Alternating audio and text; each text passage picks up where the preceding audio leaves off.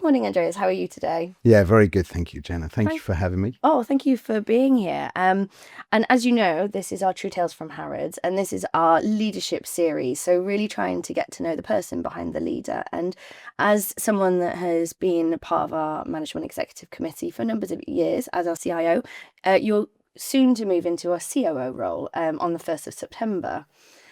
Which we'll get onto. But I'd love to know a little bit more about your role as CIO, and I suppose sort of understanding where your love from technology came from. I assume that's something that started earlier Yeah, on in your it career. started when I was 10. Oh, wow. So my father had his own electrical retail business. So I used to get all the gadgets, love film because I had my own video and TV as a kid. But one Christmas, he brought me home a BBC Micro. Okay. So back then you had the Spectrum, the Commodore 64 Right. or the BBC Micro, and a lot of the schools used to use them. But when he brought it home, it just had a book with it called Basic, no games. Mm, So I set this up and started reading the book mm. and then realized that the language Basic, I could start building my own games. Wow. So by around 13, 14, I was kind of making my own games and then just loved tech. Then I went to university and did a computer science and business technology degree. And then I was hooked. That's So amazing. my first job kind of took me into, it was an IT graduate placement Mm, in the Lloyd's reinsurance market, mm, where I was a business analyst, did that for about a year. And then I joined Lidl mm. as a project manager for retail systems. So I've just kind of spent my whole career In in IT. in the text. Yeah. So fascinating because you must have had sort of something in you that is your brain must be wired in a certain way. You don't just Yeah. pick up a computer and start coding. Yeah, no, I wasn't gifted with any talent with sports. Yeah, right. I can't play a single music instrument, and Yeah. I didn't ever try to sing. But when it came to tech, I was able to absorb technical information with ease. Some people say that with languages, it's quite similar, where people can speak multiple languages. For me, I can pick up kind of t- any type of technology at pace Yeah. and then retain and understand it. And then over the years, what I think has enabled me to work across the business is I'm then able to translate it in a way that makes sense Yeah. to everyone else. No, I've witnessed you do that. So you're that ability to sort of almost layman terms it to the people who aren't technically brained. That's such a skill. Um, and out of interest, when you then moved into a more kind of leadership role, I heard you say things like, "I'm not now, I'm not in the detail of the technical side. I have experts within my team that are, are far more proficient in that." But how do you sort of balance that? Because I presume you need to have some level of technical ability to be able to lead people who do have Yeah, that. I mean, in the first sort of certainly for the first 10 years of my career, it was hands on. Right. So we didn't have data centers. You couldn't outsource. There was no cloud technology. Yeah. So in my early years in the Lloyd's market, and then when I was with Lidl, we used to build everything ourselves. So I had a good foundation, but the key is research. So across all the areas, I have to research. So I go to Gartner, I read, I go to different panels and different exhibitions, but I'm always learning about the technology. So I don't know how to implement it, but I know how to converse with my team to challenge all of us Yeah. in thinking what is the best technology for us to use. But you have to constantly research. But it's such particularly right now, okay, it must be so fast moving that what you learnt yesterday might be different today. Yeah, I think AI has, I mean, technology has significantly changed in the 30 years I've been in it. I remember at university, we used to use WordPerfect and Lotus 123. Mm, That was the equivalent of Excel and Word. right. And that's what we all focused on. And then I left university, went into my first job and had Office and had never ever used it. So I'm kind of used to the pace, but AI is accelerating at an exponential rate. Yeah. And with all these things, it's everybody fears that we need to be at the front end. Mm. Because I've seen it, I'm usually a little bit calmer at saying, right, let's make sure we have all the governance and controls in place. There's a huge cyber threat linked to it. Yeah. There's a lot of failure. I read a stat that a lot of companies, 80% of the AI that they've put in hasn't actually given any benefits, but a lot of costs. So we just need to kind of take a crawl, walk, run Yeah. approach to it. Which I think is a reassuring place to be, because I think lots of people will be listening to all sorts of things at the moment where, by 2027, everyone's job's gone and we're all going to be run by robots, So it is, I definitely see that kind of, yeah, it's great to have that kind of almost reality of how that will happen and how you see that affecting our business. Yeah, we've always evolved. So it was 10 years ago, they were saying with data centers and software as a service and technology that you rent, you won't need IT departments. Well, we We're have still more here. people in IT Yeah. than we had 10 years ago. And that's because our roles evolve. Cybersecurity 15 years ago didn't really exist in the size that we need it today. But then we have increased our resources in this domain. Yeah. 20 years ago, we used to have IT business partners. Today, we have business relationship managers. The BRMs in my team understand the business side and then take the technology and make it relevant and the capabilities that are important to the business. We've evolved considerably. Yeah. So I don't think we're just seen as techies anymore. Yeah. Absolutely. And I'd love to know a little bit more about you and sort of the values that you bring to your team, because in an IT department in particular, as you said, it moves at pace, it evolves very quickly, and actually leading a team that has to be very adept to change must be quite, a skill, and quite interesting to sort of see how it evolves. So as you, as the sort of the leader, the CIO, what do you think is important when it comes to leadership? When I look at kind of the Harrods values, being in a fast moving environment, I think we have to strive to exceed every day. Yeah. We don't get to not accept change or maintain the status quo. So striving to exceed in everything that we do is supporting the business, supporting our end customer, but also keeping up to date with the technology. I think it's critical that we build trust as well. Yeah. We have a technical skill set where people do put trust in you because they don't understand that environment as much. So if you don't build trust and everything you say isn't factually correct, then confidence will be lost. So I think it's important that trust is a core value throughout IT, and we also are protecting the business assets. Yeah. There may be digital assets, but they're still very important. Sure. But then me as a leader, my team have to trust that I'm going to support them in understanding that technology does go wrong. Yeah. That everybody isn't exposed, but instead we're putting the right controls and governance in place that support how we respond back to the business. But at the same time, they feel confident that what I'm steering is the right direction for us, whether it's the technology strategy or the way we engage with the business, is quite important. Yeah. Okay. Going back to you as a leader, obviously building, a value of trust within your teams. What else do you think, what other kind of DNA, what other values do you have to bring? You talked about strive to exceed. So how does that manifest itself in a day-to-day basis? Yeah, I think, there's two parts to probably three core parts to what we do as an IT department. We have to build strong partnership with the business so they understand we're not just putting technology in place, we're delivering capabilities.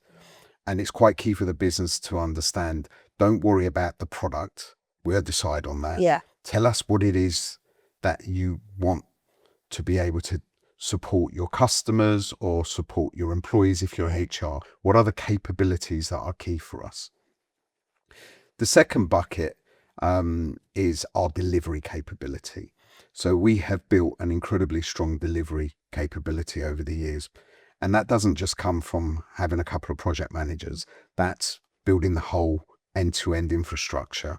That starts with a project management office and portfolio that you can plan your resources, and your team have trust that you are allocating them to projects that are achievable, and that you have budgeted correctly and the time that you've given to deliver those. So delivery capability is essential. And then the third bucket is what we call our BAU, but this is all around our KPIs and our SLAs.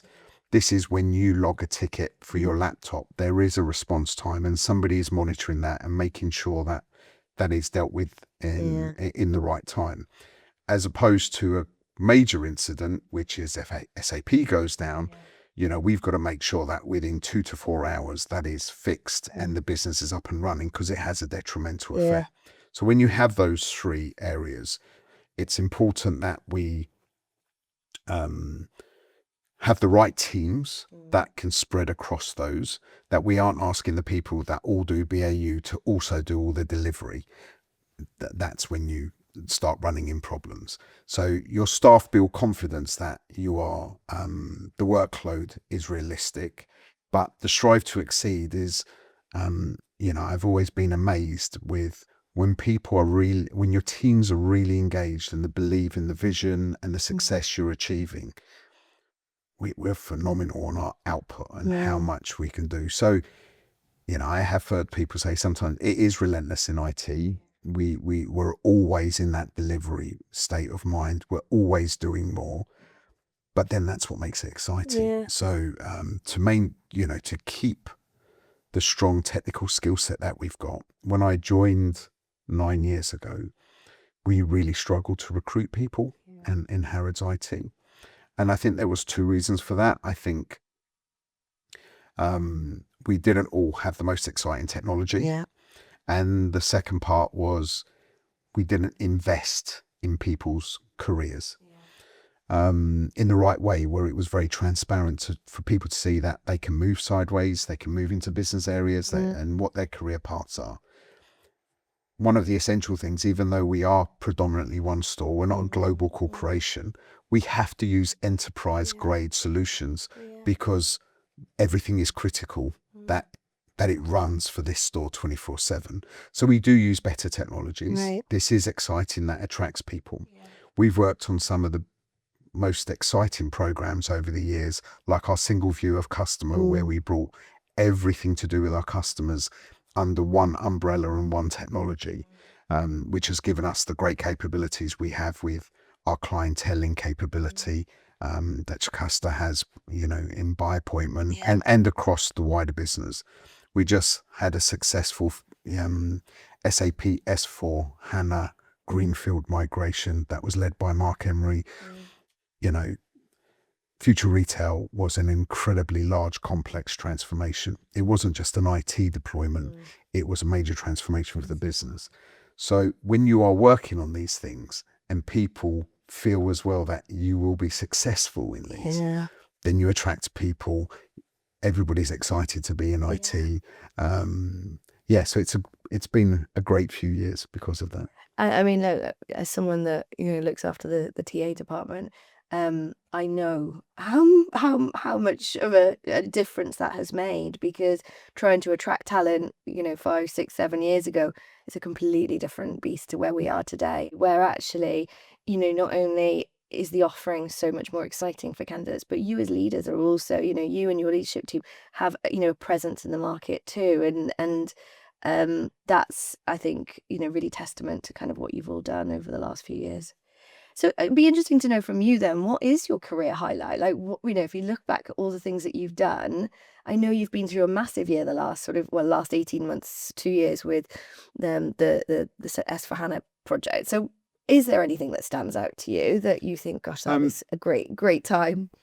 I wouldn't change anything in my career. So would I say they're all highlights? No, there have been many a nights where we have worked 48 hours straight and done upgrades and so forth. But probably two things come to mind when you ask that question. I am incredibly proud of what we achieved with Future Retail. Yeah. A greenfield SAP upgrade is one of the most complex transformations you can do, and it has the highest failure rate. Yeah. So to be successful in doing that, I'm incredibly proud.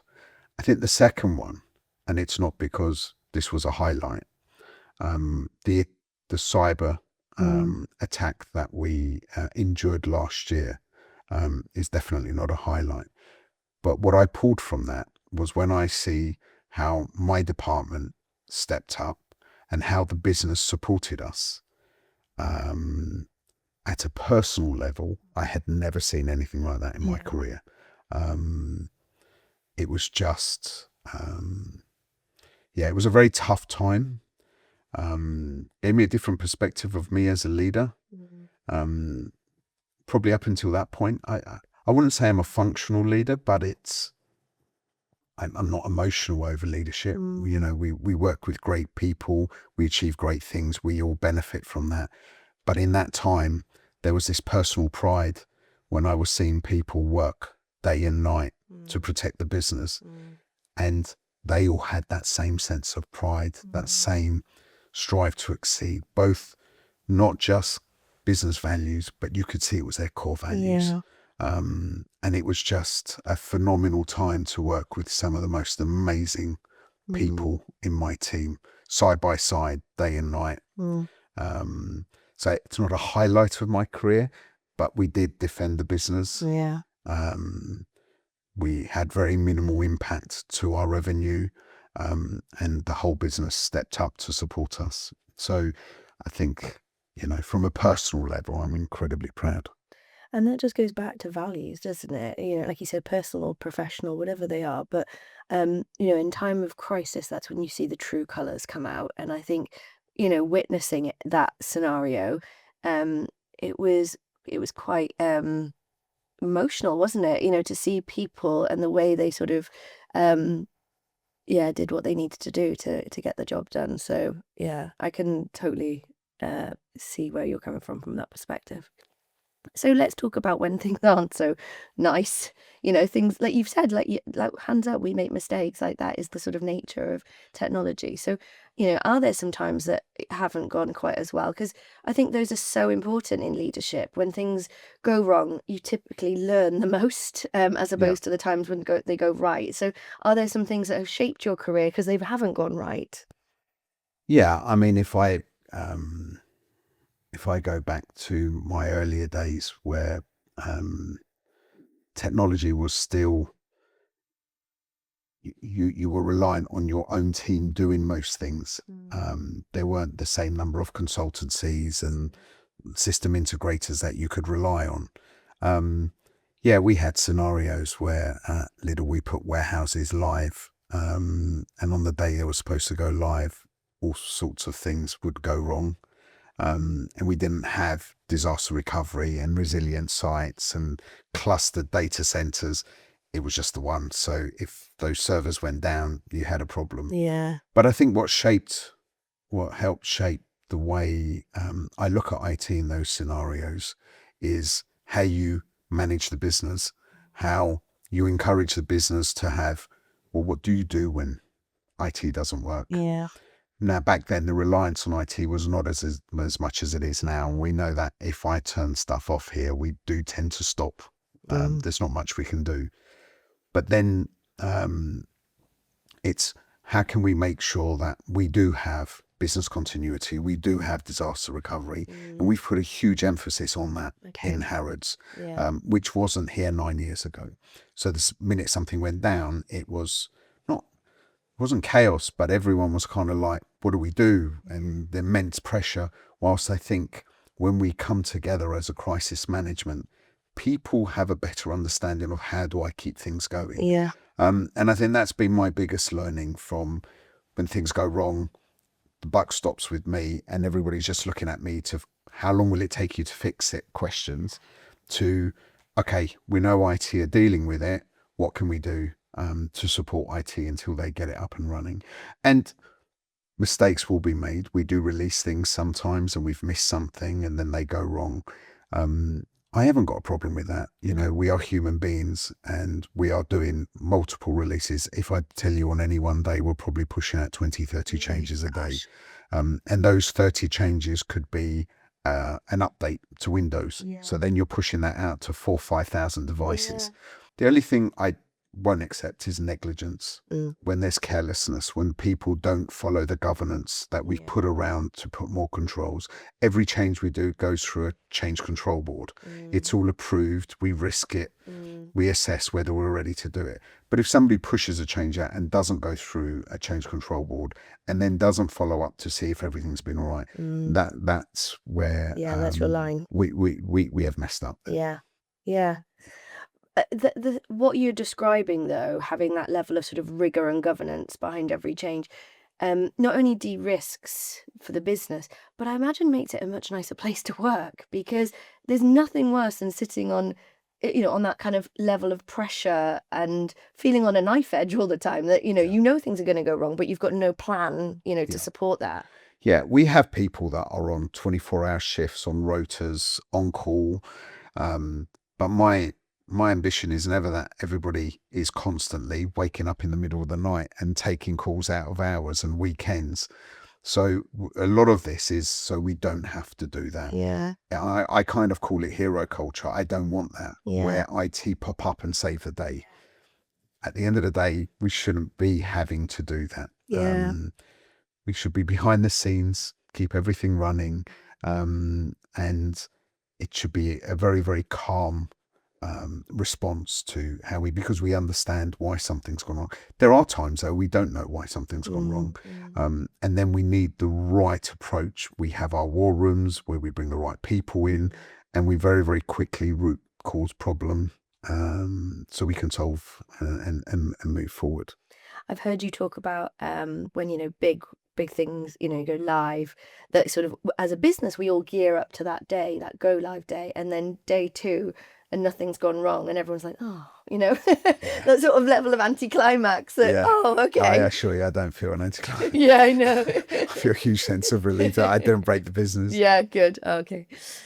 So obviously now you're moving into a new role as of the 1st of September, moving into COO. Do you want to just tell us a little bit about what that will be and what what will now be under your remit? So, we have a lot of core operational areas within our business. IT, as well as being technology based, is a core operational area that supports the business. Our engineering facilities department have a very similar. Yes, they're dealing with heating, electrics, HVAC, but it's still, you implement solutions, you then have to maintain and support those solutions, and then you have to respond to them Things when they go don't wrong. Exactly. We have a great supply chain department, and in that comes distribution. We have Knightsbridge, we have our TVDC site, and that is very, very similar as well. That is a 24/7 operation, and things can go wrong there. Right. You have a huge reliance on people in that operation. The other side is security. Our security team is probably one of the best security teams I have ever seen anywhere in the world. Our security guards are second to none. Our investigations team are phenomenal. And then supporting them is the health and safety team.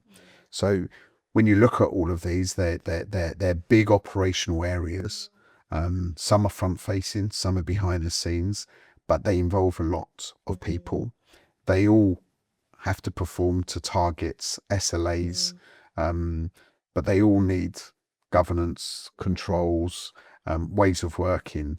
And I think the vision is, if we brought them all together, is there synergies between the departments that we can look at and do in one way? Is there cross-functional skills? we already used to work tremendously with security, with supply chain, and with engineering. But now, where we were outside supporting, well, then now we can take a bit more. So, like when we look at Andrew Luxmore's area in engineering and facilities, this is an area where AI will have a significant difference in building management systems. Before we had Internet of Things, and these were sensors and devices that sit at the end of monitoring if lighting went off or if heating temperatures change, but then they would just alert. The future of this technology now is AI will actually be able to remedy. Oh, wow. So you could have agentic AI that when you get the alert will have a level of capability to stop and start it, restart it, which is what our engineers would do. And then it allows our engineers to actually look at, well, why do we keep having this restart? Why is it constantly doing that? And then have the time to root cause problem solve. And this is some of the problems we have every day, which is, I've seen this in IT where you constantly fix the same problem. Yeah. But if you're seeing the same problem come up again and again, well, how do you block those all together and then create a problem that then you can resolve? And then we could do that across all our operational areas where we bring the right people together. So I think there's a lot of synergies. Yeah. I think where I hope to help those those new directorates is by bringing in some of the best practices that I think we've benefited from in IT, but then also learn from the things they do great in their areas that we can embed across the whole operational.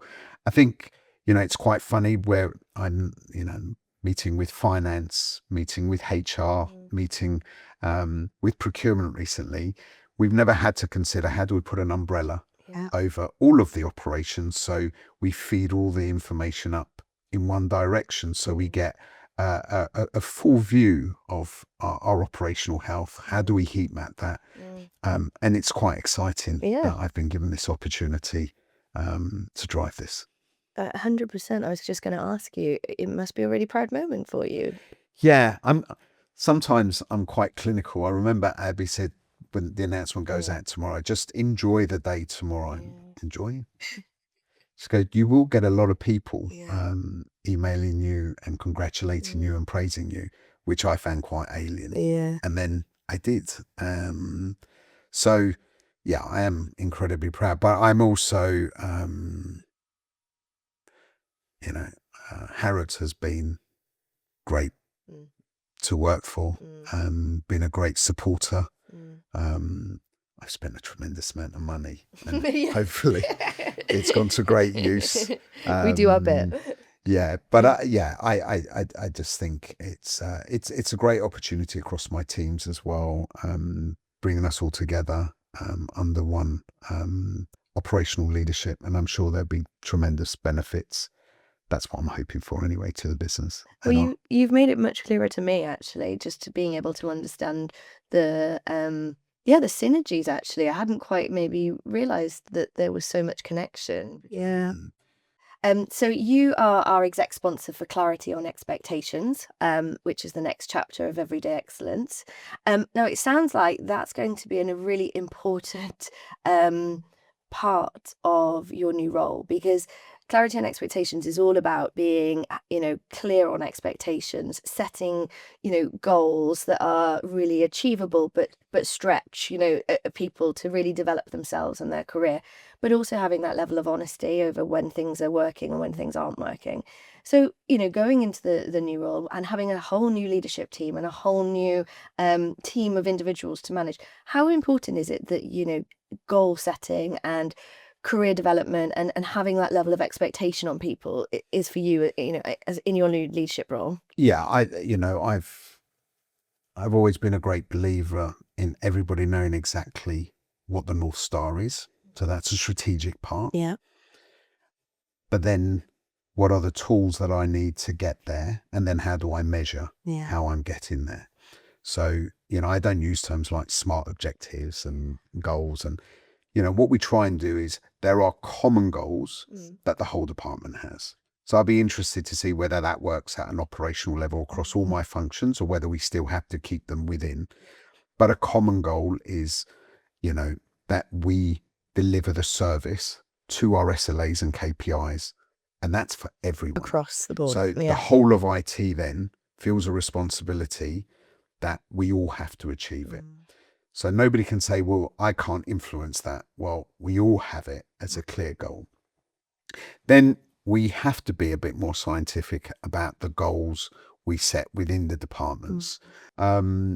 I think goals, I am quite data driven. So when we set these goals, can we make them measurable so it's fair?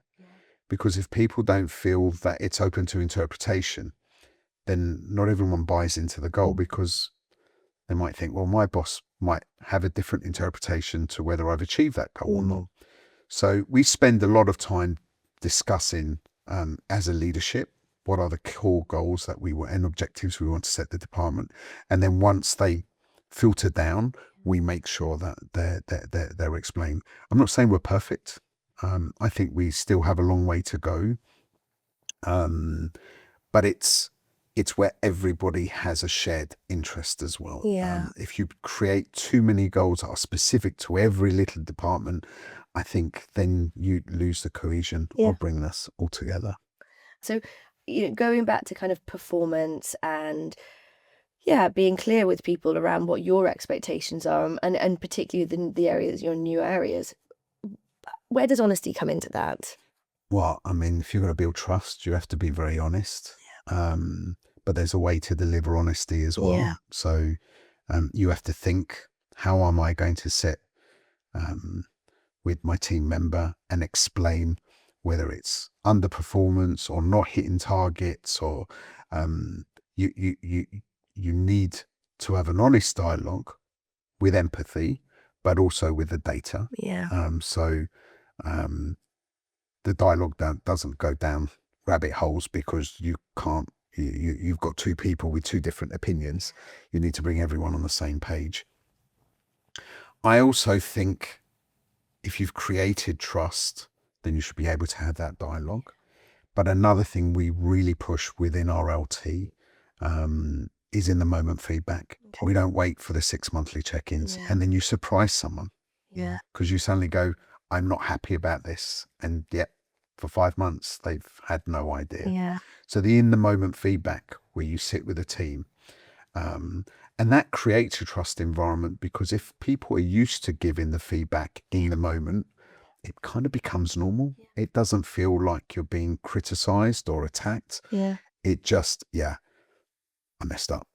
Move on. Yeah, absolutely. Well, Andreas, that kind of brings us to a close today. So I just want to say a huge thank you. That was incredibly insightful. No, honestly, I think, you probably take for granted kind of all the things that you do on a day-to-day basis, but for lots of us, it's a very different world, to how we operate and how we run our day-to-day. So listening to that and understanding some of the nuance that sits behind, well, I suppose IT, but also then more broadly operations is really fascinating. So thank you so much. It's been lovely to speak to you. Thank you for having me. You're very welcome. Thank you.